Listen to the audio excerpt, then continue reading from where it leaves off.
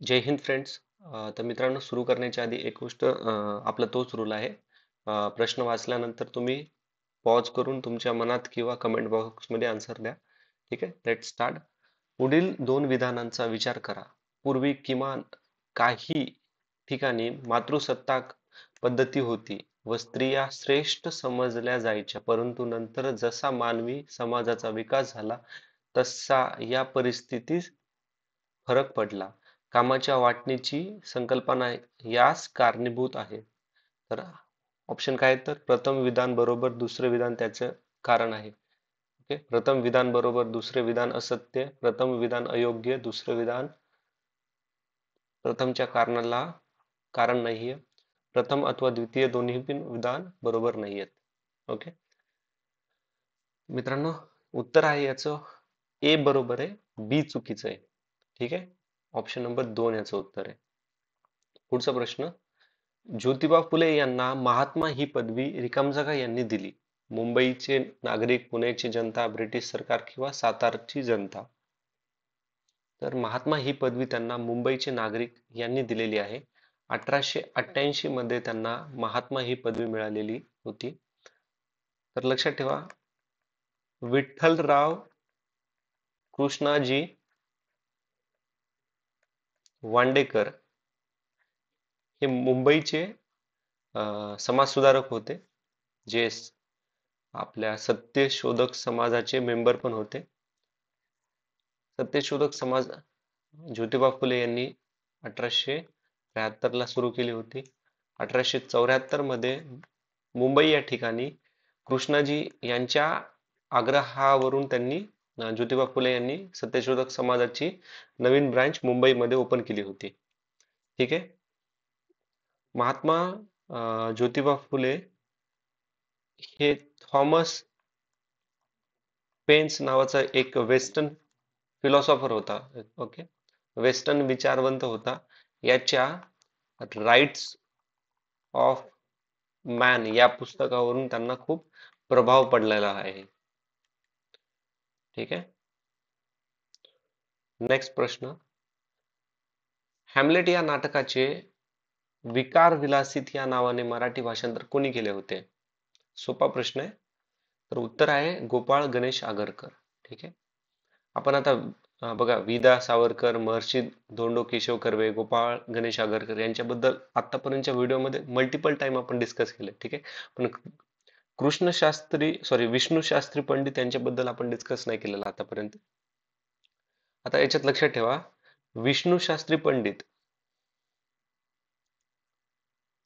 हे एडिटर होते, संपादक होते कशाचे? हिंदू प्रकाशक या न्यूजपेपरचे. ठीक आहे, आणि ह्या हिंदू प्रकाशक मध्ये त्यांनी विमेन एज्युकेशन बद्दल, पुन्हा विडोच्या जे सिच्युएशन आहेत,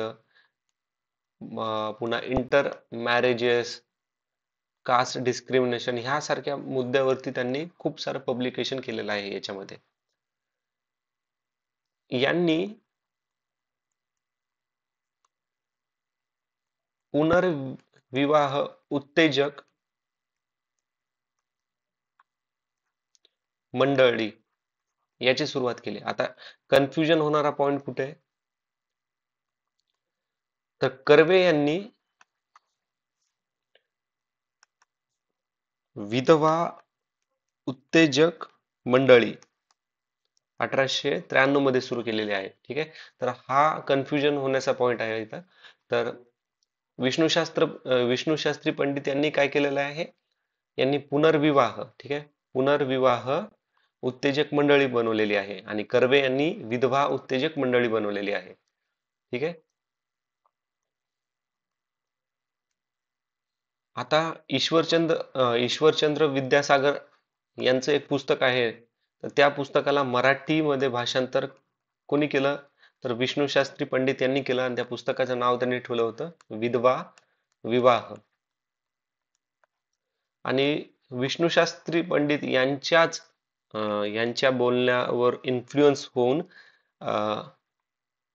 नारायण भिडे, ओके, ह्या वकिलाने पुण्यामध्ये एका विधवेशी मॅरेज केलं. ठीक आहे, विधवेशी लग्न केलं 1865 मध्ये. आता काही महत्वाचे बुक्स, लिटरे साहित्य काम बघूयात आपण विष्णू शास्त्री पंडित यांचं. तर यांनी पुस्तक लिहिलं आहे हिस्ट्री ऑफ हिंदुस्तान. ठीक आहे. गाथा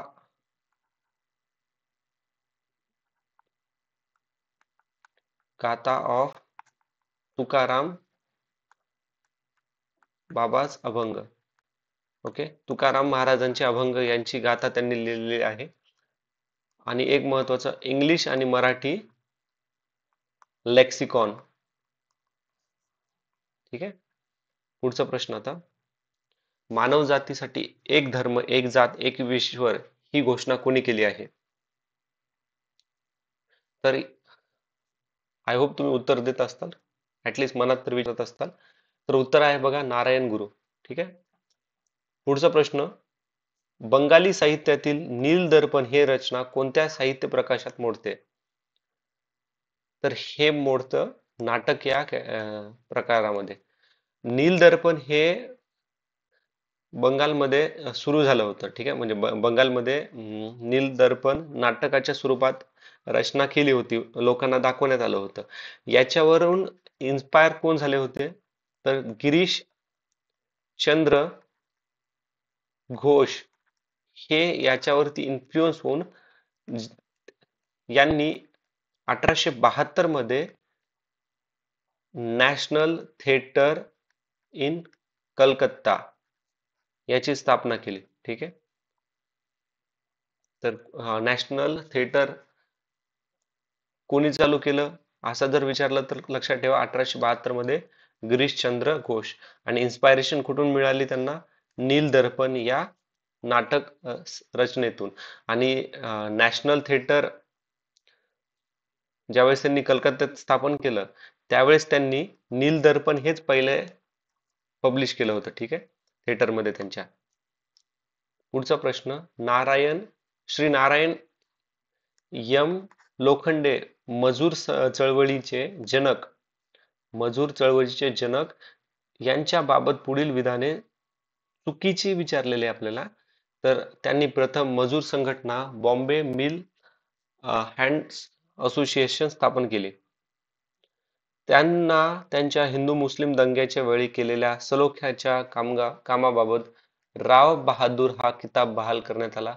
त्यांना जस्टिस ऑफ पीस हा पुरस्कार देण्यात आला. आणि ऑप्शन 4 आहे वरील एकही नाही आहे. आपल्याला चुकीचे विधान विचारलेले आहे त्यांनी. तर बघा हे तिन्ही स्टेटमेंट बरोबर आहेत, म्हणून उत्तर आलं ऑप्शन नंबर 4. राव बहादर हा त्यांना 1895 ला किताब मिळाला. आणि बॉम्बे मिल्स हँड असोसिएशन त्यांनी 1890 मध्ये सुरू करण्यात आलेली होती त्यांनी. आता लक्षात ठेवा, सत्यशोधक समाज 1873 मध्ये कोणी चालू केला होता? ज्योतिबा फुले यांनी चालू केला होता. ओके. आणि सत्यशोधक समाजाचं पुस्तक आपलं न्यूजपेपर कोणता होता?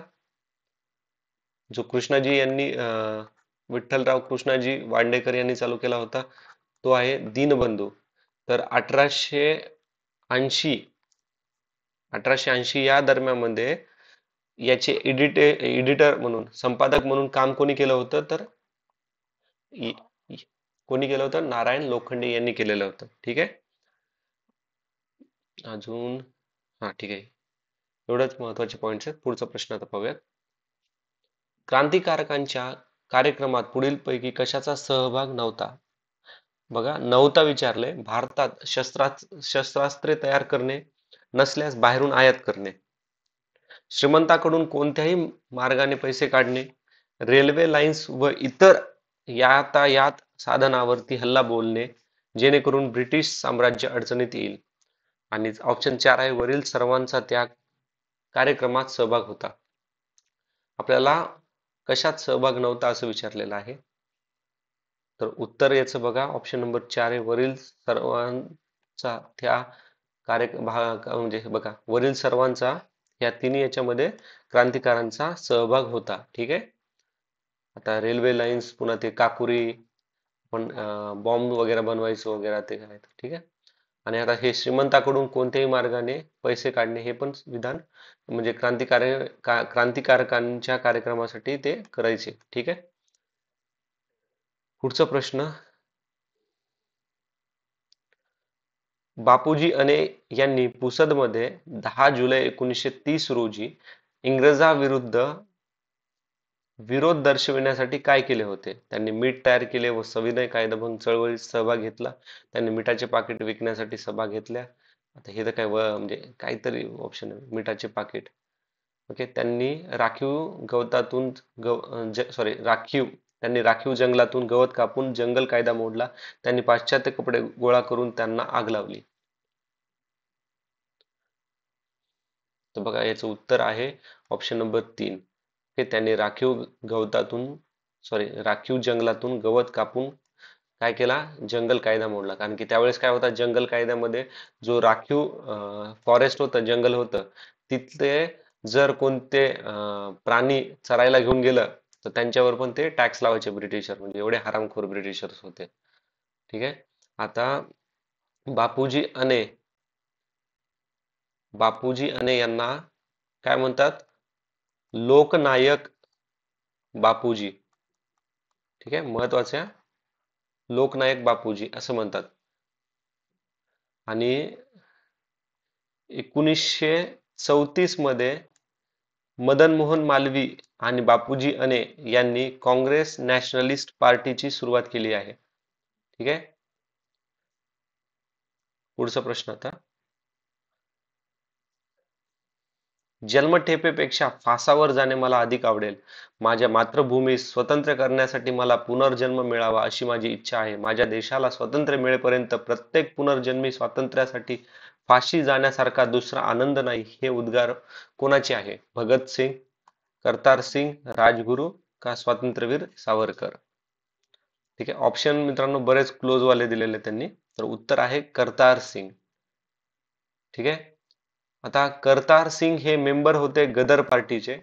गदर पार्टी 1913 मध्ये फाउंड झाली होती ओरिगॉन मध्ये. आणि गदर पार्टीचे फाउंडिंग मेंबर कोण होते? लाला हरदयाल, पुन्हा सोहम सोहम सिंग भाकना जे की पहिले प्रेसिडेंट पण होते याचे गदर पार्टीचे. आता गदर पार्टीने बघा त्यांचं जे पण त्यांनी पब्लिश पहिले उर्दू मध्ये ते चालू केलं होतं ओके. उर्दू मध्ये पब्लिश करायला चालू केलं होतं. पण 1914 मध्ये त्यांनी गुरुमुखी मध्ये पण न्यूजपेपर पब्लिश करायला चालू केलं होतं ठीक आहे. पुढचा प्रश्न आता. भारतीय मजुरांची प्रातिनिधिक संघटना म्हणून आंतरराष्ट्रीय मजूर संघटनेने कोणत्या संघटनेला मान्यता दिली? तर याचं उत्तर आहे भारतीय राष्ट्रीय ट्रेड युनियन काँग्रेस ठीक आहे. आणि NM जोशी यांनी भारताला रिप्रेझेंट केलेलं होतं तिथे. आता इंटरनॅशनल लेबर युनियन ILO ही 1919 मध्ये काय झाली होती सुरू करण्यात आलेली होती. 1917च्या वेळेस काय वर्ल्ड वॉर 1 संपलं होतं आणि ट्रिटी ऑफ व्हर्सॅलिस ही साईन करण्यात आली होती ठीक आहे. आणि ILO ही पहिली आणि सर्वात जुनी UN बॉडी आहे ठीक आहे. याचं हेडक्वार्टर जेनेवा स्वित्झर्लंड ओके. हे लक्षात ठेवा ट्रिटी ऑफ व्हर्सॅली महत्वाचं आहे ठीक आहे. पुढचा प्रश्न. सशस्त्र क्रांतिकारकांच्या व त्यांच्या कारवायांच्या क्षेत्रात जोड्या लावा. तर श्रीधर परांजपे यांनी कुठं केलं होतं? वर्धा नागपूरला ठीक आहे. डॉक्टर सिद्धनाथ काणे यवतमाळ. दादासाहेब खापर्डे अमरावती. आणि काय आहे नरहरिपंत घारपुरे हैदराबाद ठीक आहे. तर उत्तर ऑप्शन नंबर 2. टफ प्रश्न आहे हा. पुढचा प्रश्न. शिवराम जनाबा कांबळे यांनी सोमवंशिक हितवर्धक सभा 1910 मध्ये आयोजित केली. त्यांच्यावर कोणाचा प्रभाव होता? तर शिवराम जनाबा कांबळे यांच्यावर जी.बी. वालंकर आणि ज्योतिबा फुले या दोघांचा पण प्रभाव होता. ठीक आहे. तर आता याच्यात लक्षात ठेवा 1903 मध्ये त्यांनी शिवराम जनाबा कांबळे यांनी सासवड येथे महार लोकांची सभा आयोजित केलेली होती. महार लोकांची सभा आयोजित केलेली होती. 1908 ते 1910 मध्ये त्यांनी सोमवंशी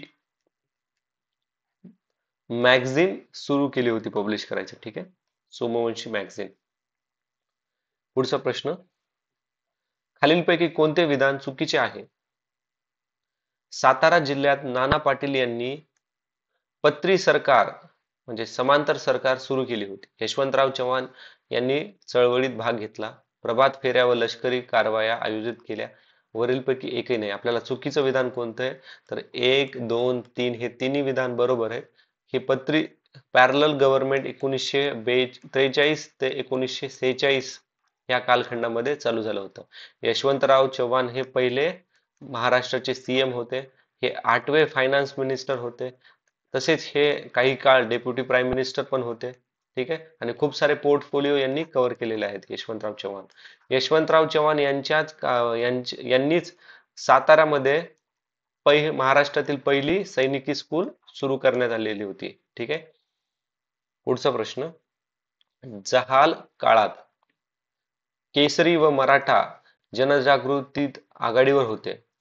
टिळक व आगरकर त्यांच्याशी कसे संबंधित होते? त्यांनी केसरी इंग्रजीत व मराठीत 1881 मध्ये सुरू केला.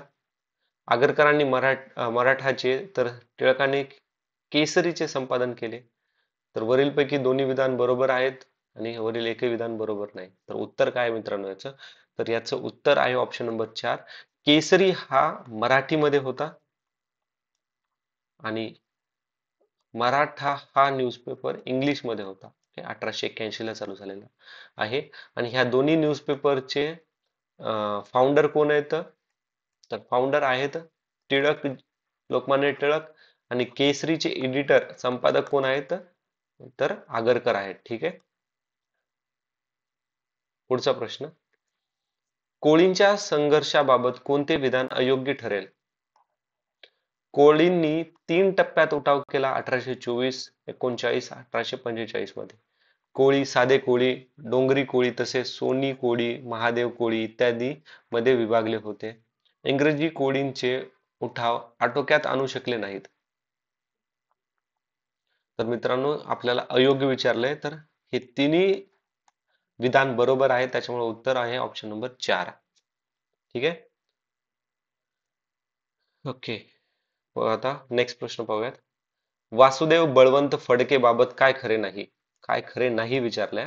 ह्यावेळेस हा जो पेपर आहे ना 2013 चा PSI पेपर आहे हा. तर याच्यामध्ये बघा प्रश्न एकदम असे भारी कन्फ्युजिंग लँग्वेज आहे ह्या पेपर मधल्या क्वेश्चन्सची. पण इंटरेस्टिंग पेपर आहे. त्यांनी स्वतःची ओळख लपविण्यासाठी दाढी राखली होती व साधूच्या वेशात लोकात जनजागृती केली. कौटुंबिक आर्थिक परिस्थितीमुळे ते इंग्रजी शिक्षण पूर्ण करू शकले नाही व प्रथम त्यांनी लष्करी सेवेत आणि नंतर रेल्वेत काम केलं.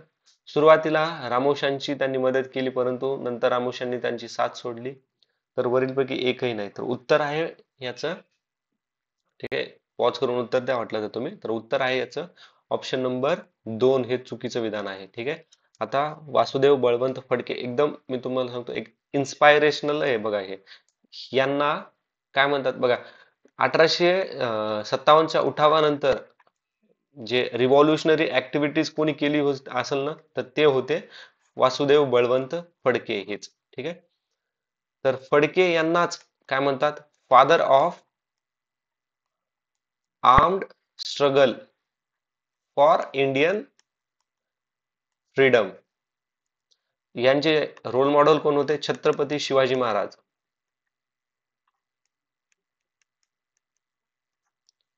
आणि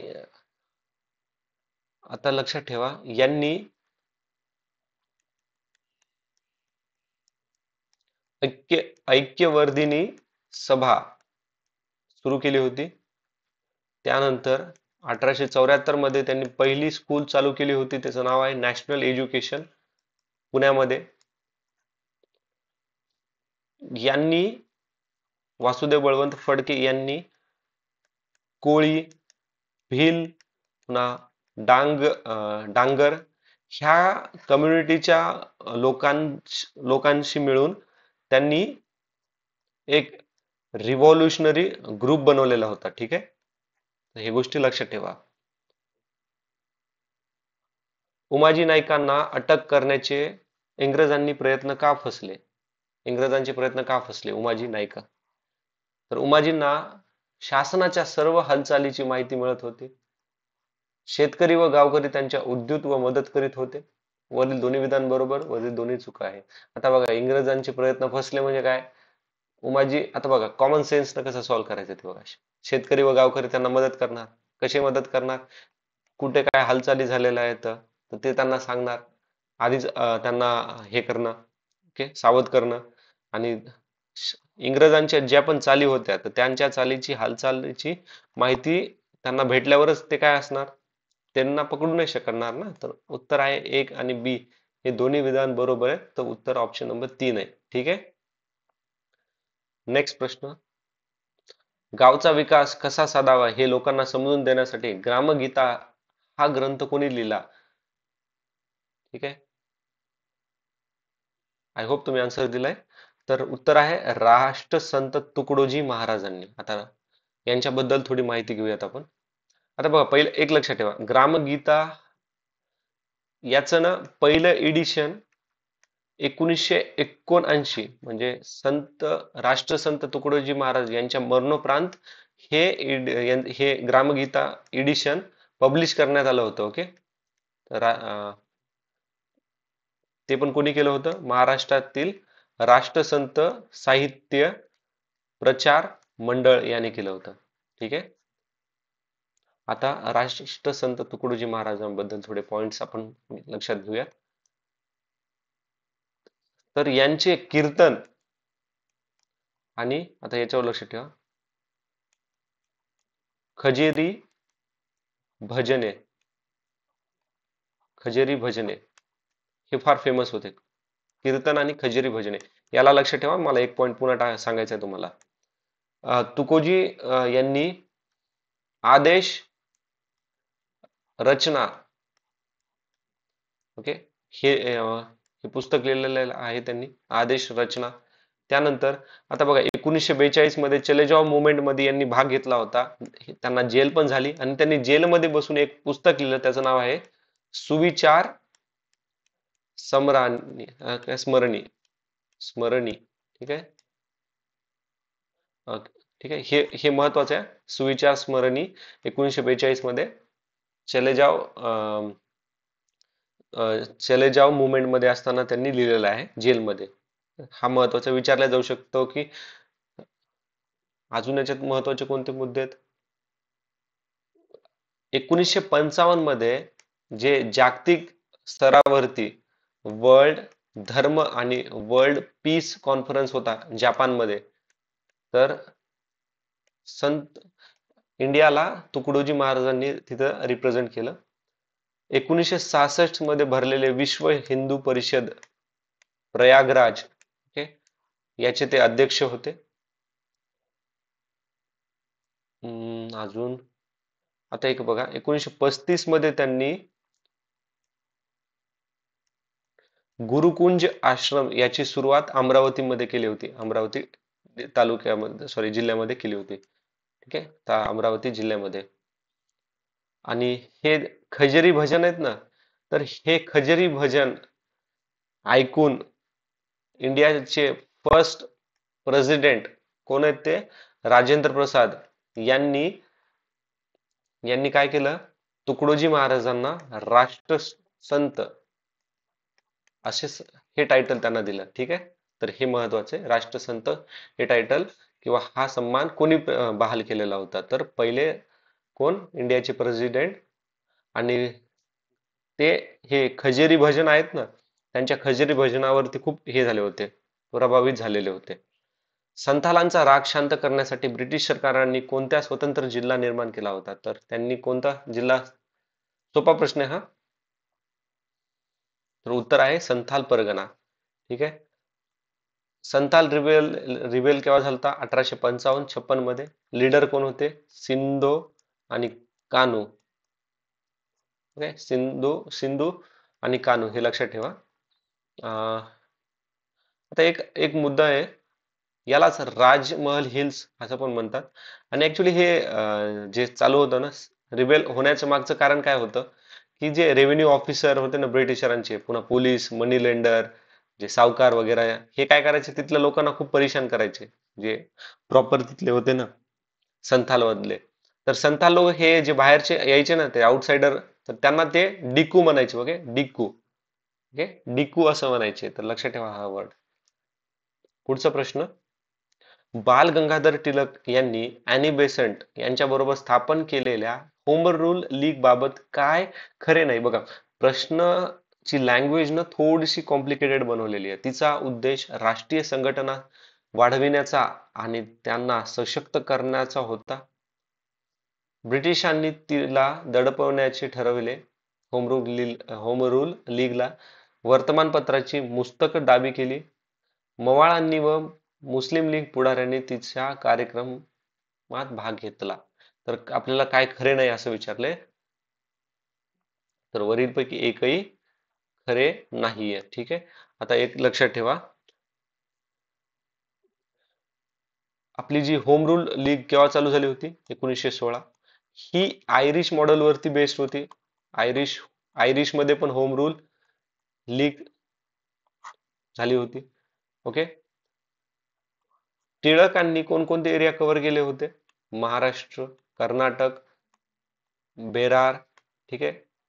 आणि बाकी पूर्ण जे भाग होता तो कोणी गेला?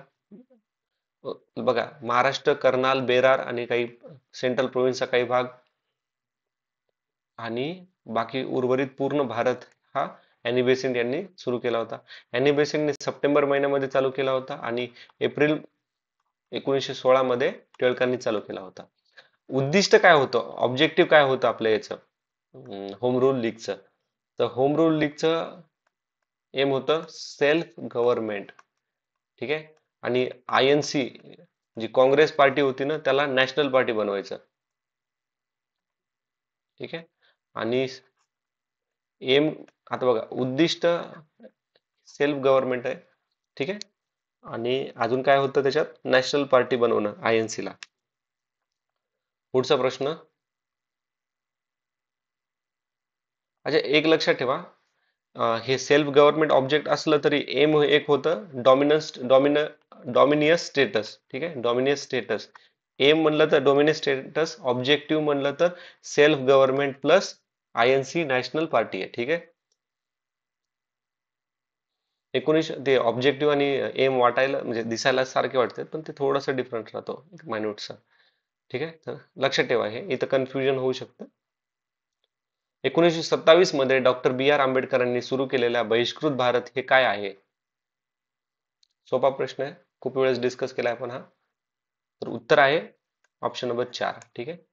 नेक्स्ट प्रश्न. 1857च्या उठावाचा एक सामाजिक परिणाम कोणता? आपल्याला सामाजिक परिणाम विचारलाय. लष्करी व्यवस्थेवर बदल झाला, बरोबर, बदल झालेला आहे. ईस्ट इंडिया कंपनी संपुष्टात आली होती, बरोबर आहे. नवे उद्योग व व्यापार पद्धती वाढ झाली. ठीक आहे. हिंदू मुस्लिम ऐक्याला तडा गेला. आपल्याला सामाजिक परिणाम विचारलाय, तर त्याच्यामुळे उत्तर आहे ऑप्शन नंबर 4. ठीक आहे. भारतीय क्रांतिकारकांना जपानकडून काय मिळाले? प्रेरणा व बॉम्ब बनविण्याची प्रक्रिया, आर्थिक मदत व सशस्त्र काय रसद, दोन्ही किंवा दोन्हीपैकी एकही नाही. तर उत्तर आहे याचं ऑप्शन नंबर 1. ठीक आहे. पुढचा प्रश्न. सर सय्यद अहमद खान यांनी काय केलं होतं? काँग्रेसला विरोध, लोकशाही शासन पद्धतीला विरोध दर्शविला, पाश्चात्य शिक्षणाला प्रोत्साहन, का वरीलपैकी सर्व केलं होतं? सोपा प्रश्न आहे. तर उत्तर आहे ऑप्शन नंबर 4. ठीक आहे. आता सर सय्यद अहमद खान यांनी कॉमेंट्री ऑन होली बायबल 1869 मध्ये लिहिली. ब्रिटिशरांनी त्यांना एक अवॉर्ड दिला होता, त्याचं नाव आहे order of the star India. Star India. हे फाउंडर आहेत कशाचे? Scientific society of Aligarh. त्याचबरोबर यांनी Mohammedan Anglo Oriental college at Aligarh चालू केलं 1875 मध्ये. आता याचंच नाव काय आहे? Aligarh Muslim university. ठीक आहे.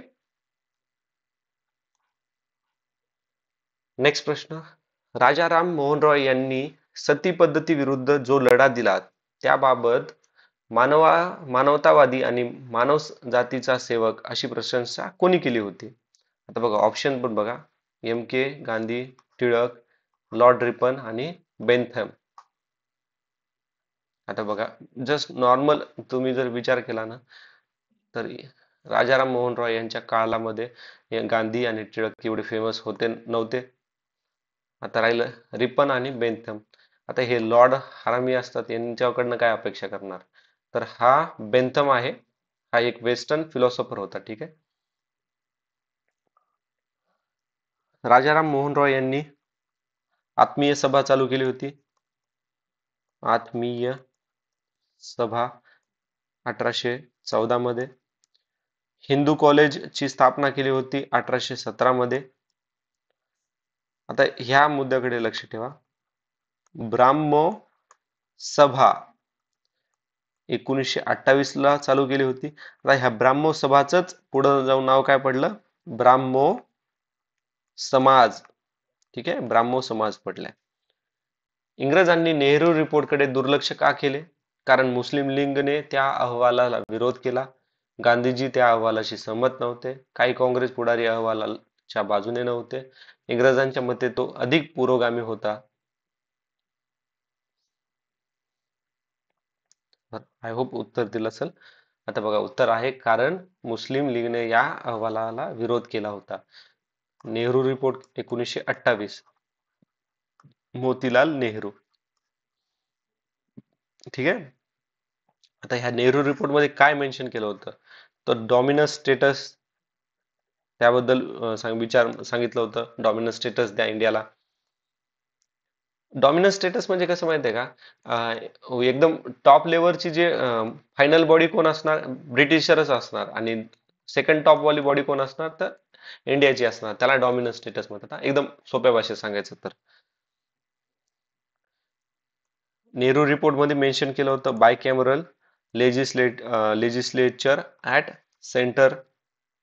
पुन्हा एक सुप्रीम कोर्ट असायला पाहिजे असं म्हणायचे ते. महत्वाचं आहे इथं इक्वल राईट्स कोणाला? मेन आणि विमेनला.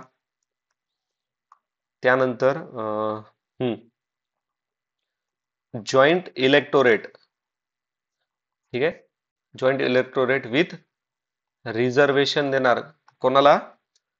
रिझर्वेशन देणार मायनॉरिटीजला. ठीक आहे, मायनॉरिटीजला, वेगवेगळ्या मायनॉरिटीजला विथ रेस्पेक्टिव्ह त्या एरिया मधल्या पॉप्युलेशन बेस्ड वरती सीट्स रिझर्व करण्यात येणार असं मेन्शन केलं होतं नेहरू रिपोर्टकडे. नेहरू रिपोर्ट मध्ये. 1930 साली नाशिक येथील काळा राम मंदिरात अस्पृश्यांना प्रवेश देण्याचा कोणी सत्याग्रह केला होता? तर मित्रांनो उत्तर सोपा प्रश्न आहे. उत्तर आहे option number 2, doctor Babasaheb Ambedkar यांनी. ठीक आहे. डॉक्टर बाबासाहेब आंबेडकर यांनी 1936 मध्ये स्वतंत्र लेबर पार्टी, याच्यावरती पुढे एक प्रश्न आहे. 1927 मध्ये महाड सत्याग्रह त्यांनी काय केला होता? सुरू केला होता 1927 मध्ये. त्यांची काही प्रामुख्याची पुस्तके पाहूयात. 1927 पुस्तकं म्हणजे न्यूजपेपर 1927 ते 1929 ह्या मध्ये त्यांनी बहिष्कृत भारत, आपण बहिष्कृत सभावर बघितलं होतं, बहिष्कृत भारत, त्यानंतर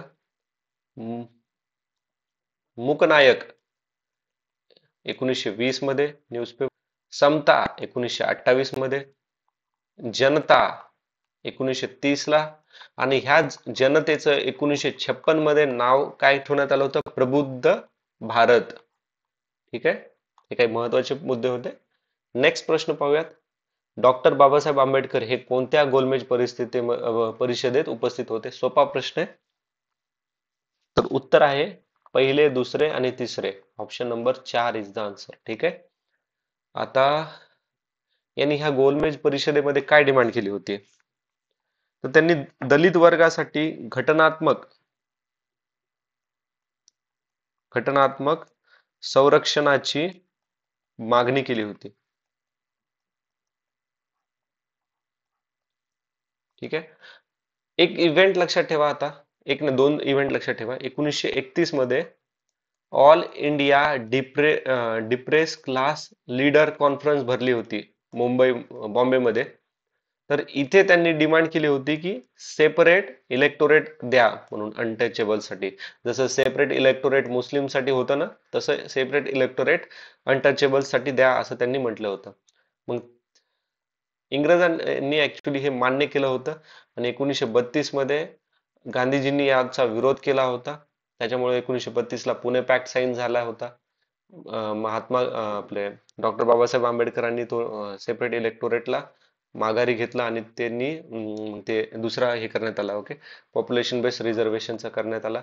1932 चा जो पुणे पॅक्ट साइन झाला होता, तर त्याला एक्क्याचा करार असं पण म्हणतात. आणि महात्मा गांधीजी यांच्याऐवजी मदन मोहन मालवीय यांनी सिग्नेचर केलेले होते. ठीक आहे. ठीक आहे. नेक्स्ट प्रश्न. फर्ग्युसन कॉलेजचे प्राचार्य कोण होते? टिळक, गोखले, गोपाळ गणेश किंवा विष्णू शास्त्री चिपळूणकर. तर याचे बघा फाउंडर कोण कोण आहेत? लोकमान्य टिळक, गोपाळ गणेश आगरकर. आणि दुसरे प्राचार्य आहेत हे गोपाळ गणेश आगरकर. 1991 1992 मध्ये. कारण की 1992 मध्ये त्यांचं दुःखद निधन झालेलं होतं. ठीक आहे. गोरखपूर जिल्ह्यातील चौराचौरी घटनेत 22 पोलीस मरण पावल्यावर काय झाले नाही विचारलंय.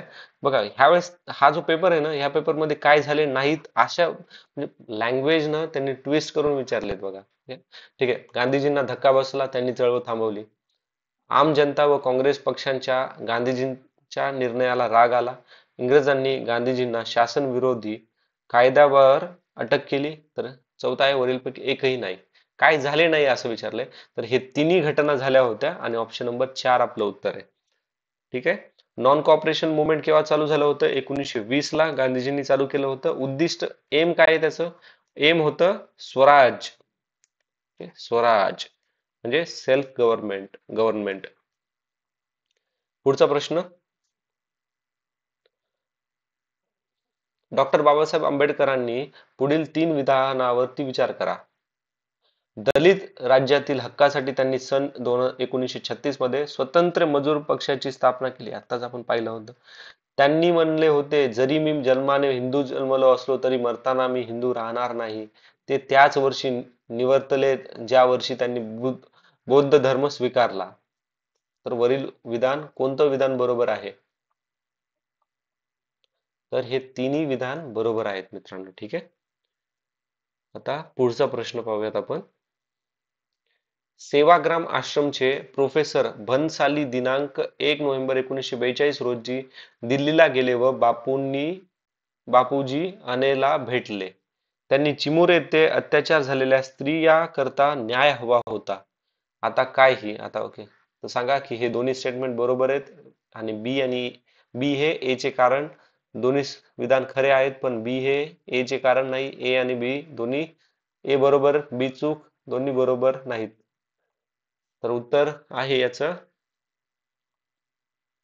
Option number 1. ठीक आहे. दोन्ही विधाने बरोबर आहेत आणि ए त्याचे कारण आहे. तर आता बघा, सेवाग्राम आश्रम हा वर्ध्यामध्ये होता आणि महात्मा गांधी यांनी इस्टॅब्लिश केलेला होता. ठीक आहे. 1936 मध्ये. आणि त्यांनी म्हणले होते की जोपर्यंत भारत स्वातंत्र्य होत नाही तोपर्यंत ते साबरमती आश्रमात जाणार नाहीत. त्यामुळे ते साबरमती आश्रमातून सेवाग्राम आश्रमामध्ये आले होते वर्ध्याला.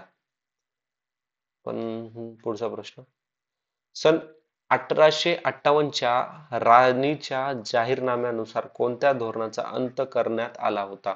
दहशतवादी, वसाहतवादी, साम्राज्यवादी, विस्तारवादी. आता बघा, उत्तर आहे विस्तारवादी, ऑप्शन नंबर 1.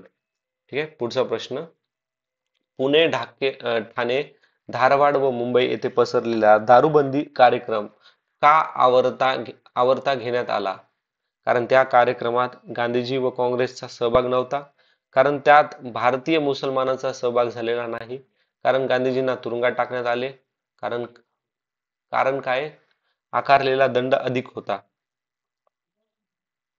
तर उत्तर आहे ऑप्शन नंबर 4, कारण आकारलेला दंड अधिक होता. ठीक आहे. पुढचा प्रश्न आहे, खालील दोन विधाने पहा. फॅक्टरी ऍक्ट 1881 हा तसा कडक होता. फॅक्टरी ऍक्ट 1881, 92, 48, 1948 हे त्या घटनांना लागू केले गेले ज्यात कामगारांची संख्या उत्तरोत्तर कमी होत गेली. तर उत्तर काय मित्रांनो याचं?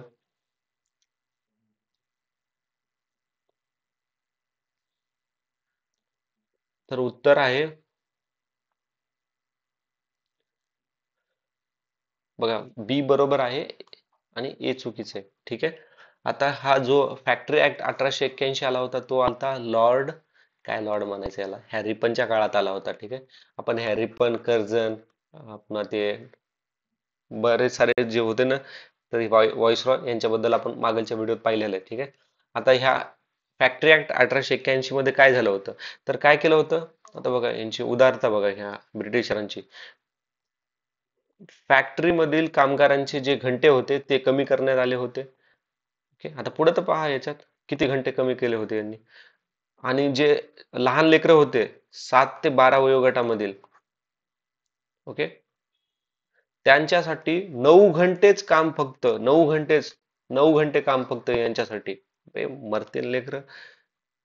आणि 7 वर्षापेक्षा लहान जे होते ना चिल्ड्रन्स, त्यांच्यावर म्हणजे ते कामगार म्हणजे फॅक्टरीमध्ये काम करणार नाहीत असा ते कायदा आला होता.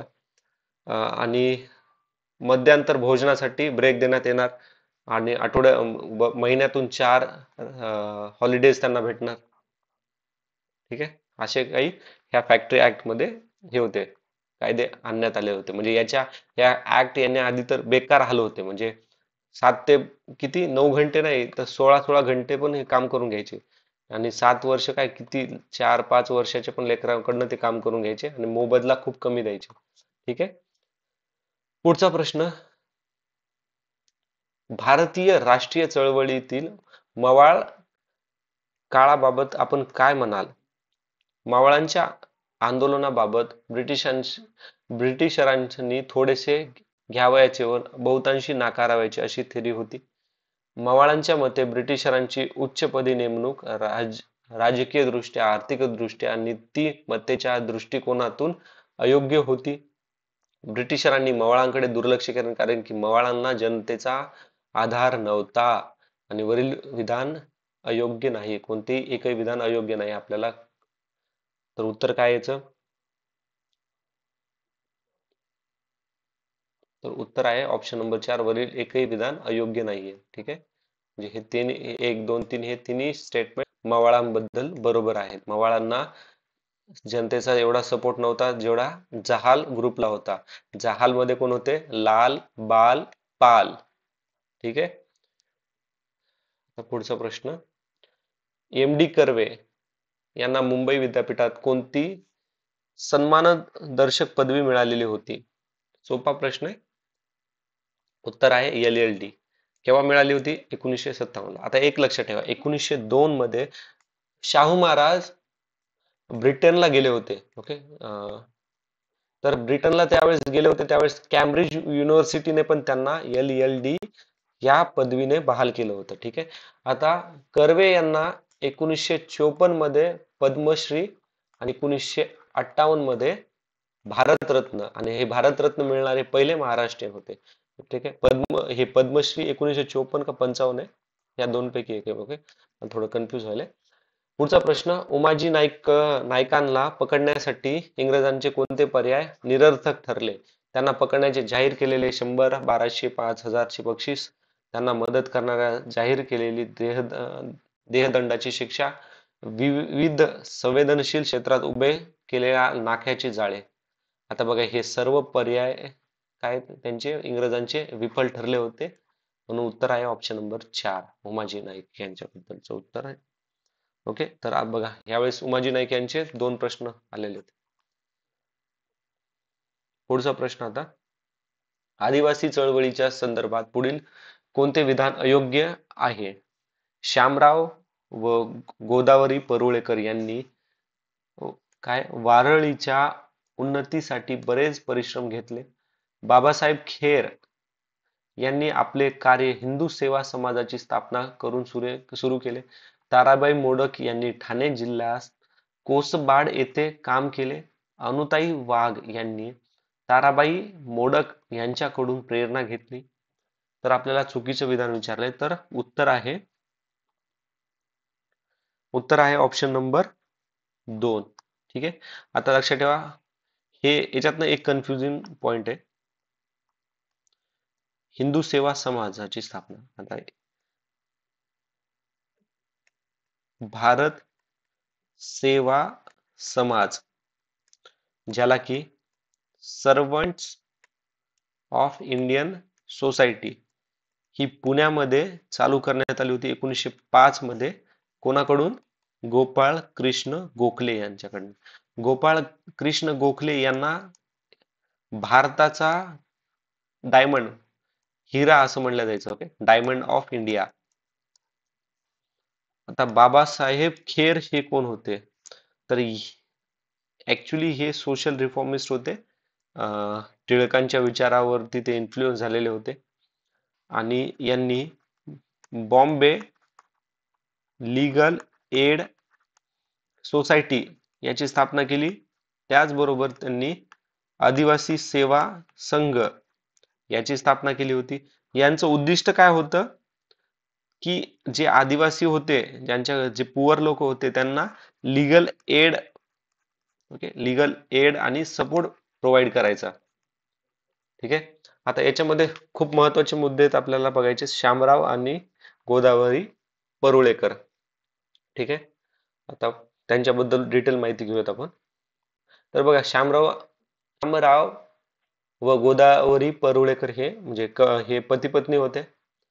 श्यामराव परुळेकर यांनी 1938 मध्ये भारताला रिप्रेझेंट केलं होतं इंटरनॅशनल लेबर कॉन्फरन्स मध्ये, ज्याचं हेडक्वार्टर जेनेवा आहे. 1919 ला ही बनली होती. ओल्डेस्ट UN बॉडी आहे, आपण आताच बघितलं याच्याबद्दल. 1938 लक्षात ठेवायचं. ठीक आहे, श्यामराव परुळेकर हे कम्युनिस्ट पार्टी ऑफ इंडियाचे मेंबर होते, लीडर होते. गोदावरी परुळेकर ह्या पहिल्या महाराष्ट्रातल्या विमेन होत्या ज्यांनी कायद्यामध्ये ग्रॅज्युएशन केलं होतं, लॉ मध्ये ग्रॅज्युएशन केलेलं होतं त्यांनी. आता गोदावरी आणि श्यामराव परुळेकर हे दोघं पण मेंबर होते सर्वंट ऑफ इंडियन सोसायटी. हे दोघं पण मार्क्सिस्ट आणि कम्युनिस्ट विचारावरती इन्फ्लुएन्स होते. हे दोघं पण मेंबर होते ऑल इंडिया किसान सभाचे, आणि ऑल इंडिया किसान सभा महाराष्ट्र ब्रँच याचे ते फाउंडर होते. 1986 मध्ये त्या पहिल्या ऑल इंडिया किसान सभा महाराष्ट्र ब्रँचच्या ऑल इंडिया किसान सभाच्या प्रेसिडेंट बनल्या होत्या. 1986 ला पहिल्या विमेन प्रेसिडेंट होत्या. त्यांनी आता जो वारलीमध्ये जो आदिवासी रिव्हॉल्ट होता ना, तर तो झाला 1945 ते 47 मध्ये. तर त्या दोघांनी त्याच्यामध्ये खूप महत्वाची भूमिका केली होती. आणि गोदावरी परुळेकर यांनी जागृती करण्यासाठी ह्या वरली आदिवासी रिव्हॉल्टची, त्यांनी जेव्हा माणूस जागा होतो हे पुस्तक त्यांनी लिहिलं होतं. ठीक आहे. अवेअरनेस करण्यासाठी ह्या वरली आदिवासी लोकांच्या हक्कांसाठी लढण्यासाठी. आणि 1961 मध्ये यांनी आदिवासी प्रगती मंडळ याची स्थापना केली होती. 1961 मध्ये, सॉरी 81 म्हणलं मी, 1961 मध्ये. ठीक आहे. All clear. तर आता पुढचा प्रश्न लास्ट आहे आजचा.